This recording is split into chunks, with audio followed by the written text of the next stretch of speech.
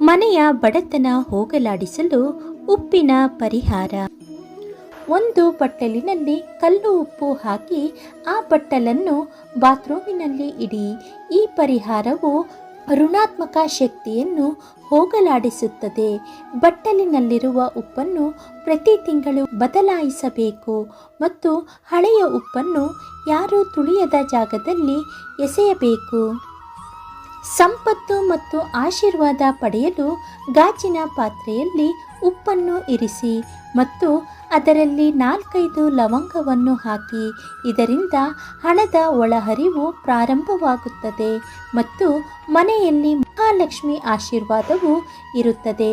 ಒಂದು ಕಡೆ ಉಪ್ಪು ತನ್ನ ಪರಿಮಳವನ್ನು ಉಳಿಸಿಕೊಳ್ಳುತ್ತದೆ, ಮತ್ತೊಂದೆಡೆ ಈ ಪರಿಹಾರವು ಹಣದ ನಷ್ಟ ಕಡಿಮೆ ಮಾಡಲು ಸಹಾಯ ಮಾಡುತ್ತದೆ.